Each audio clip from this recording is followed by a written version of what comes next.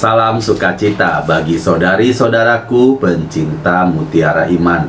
Perawan Maria yang terberkati adalah model kepercayaan dan tindakan Kristiani.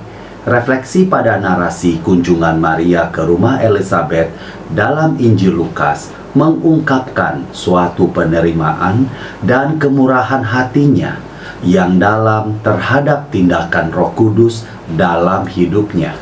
Menurut Santo Lukas, setelah kabar sukacita dari malaikat Gabriel, Maria bangkit dan segera pergi ke pegunungan untuk mengunjungi sepupunya Elizabeth. Maria penuh dengan Roh Kudus.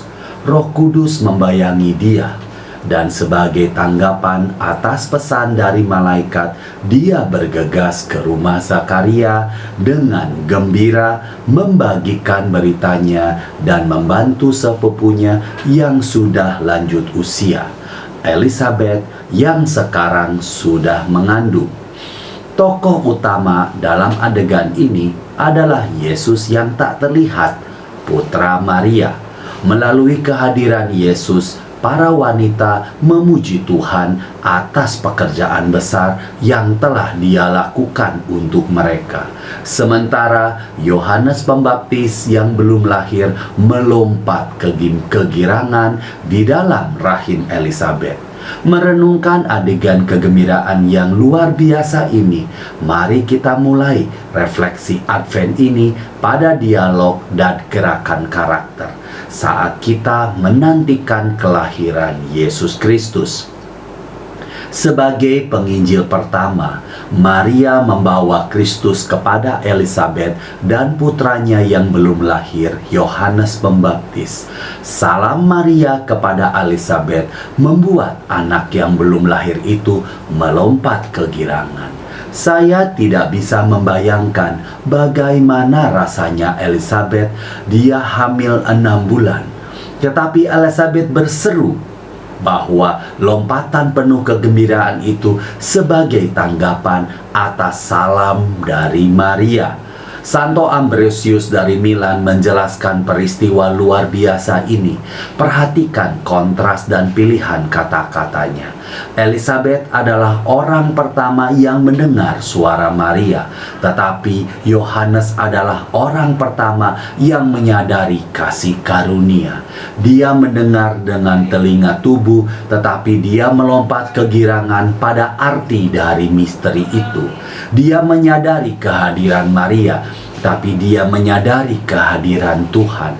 Seorang wanita yang menyadari kehadiran seorang wanita, pelopor yang menyadari janji keselamatan kita.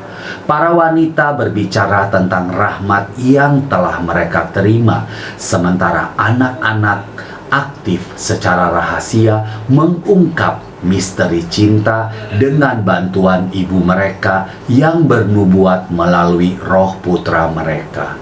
Dalam Lukas bab 1, kita menemukan banyak hal untuk direnungkan.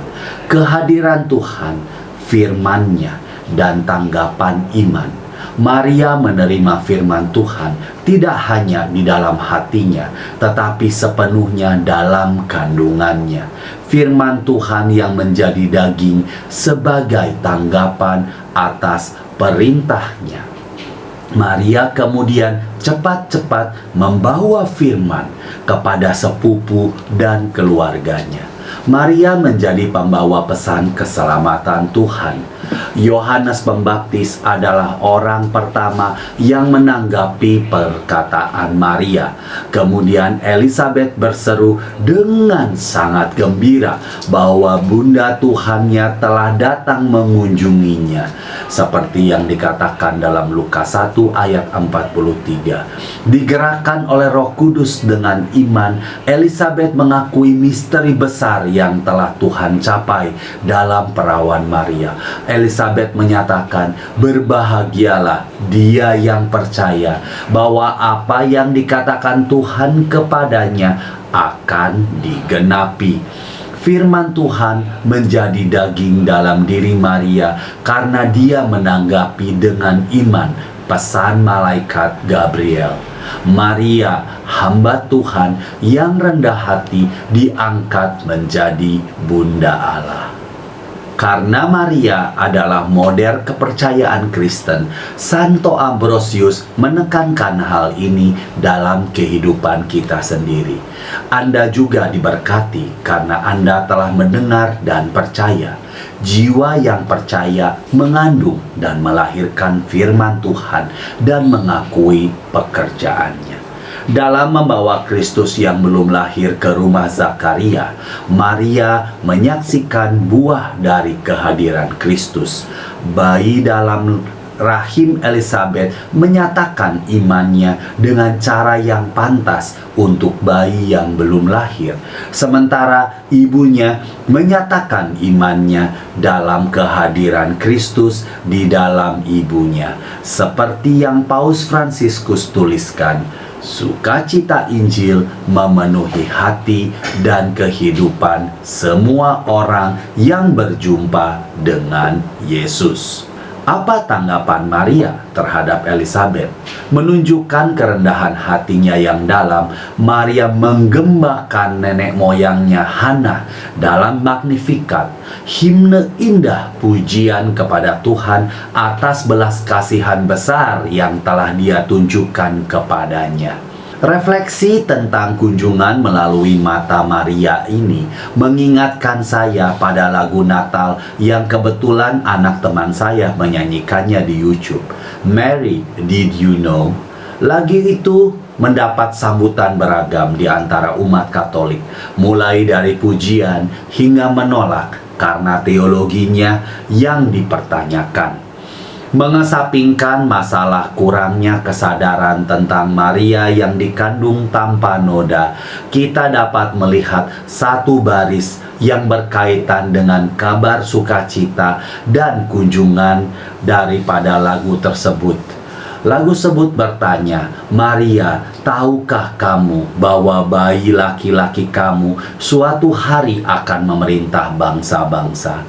Melihat dari dekat narasi kabar sukacita memberitahu kita bahwa jawabannya adalah ya, karena malaikat tertinggi Gabriel menyatakan putranya akan memerintah Bani Israel. Ini adalah acuan untuk banyak nubuatan mesianik perjanjian lama yang meramalkan tentang seorang Raja Daud di masa depan yang akan mengumpulkan kembali 12 suku Israel yang terpencar, dan bersama mereka bangsa-bangsa non-Yahudi.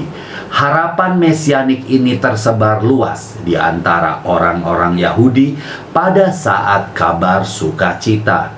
Dalam Magnificat, kita menemukan referensi implisit Maria tentang status kerajaan putranya, dan karenanya dia diangkat menjadi keagungan sebab ia telah memperhatikan kerendahan hambanya.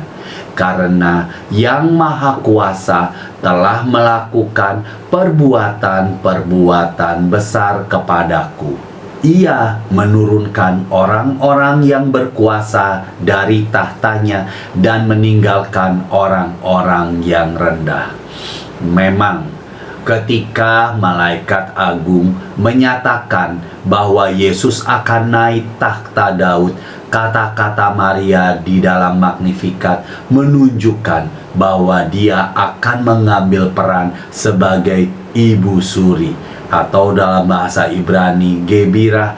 Pada zaman Salomo, ibu suri Batsheba duduk di singgasana di sebelah kanan putranya. Calon Raja Daud juga mengangkat ibu mereka ke peran ibu suri.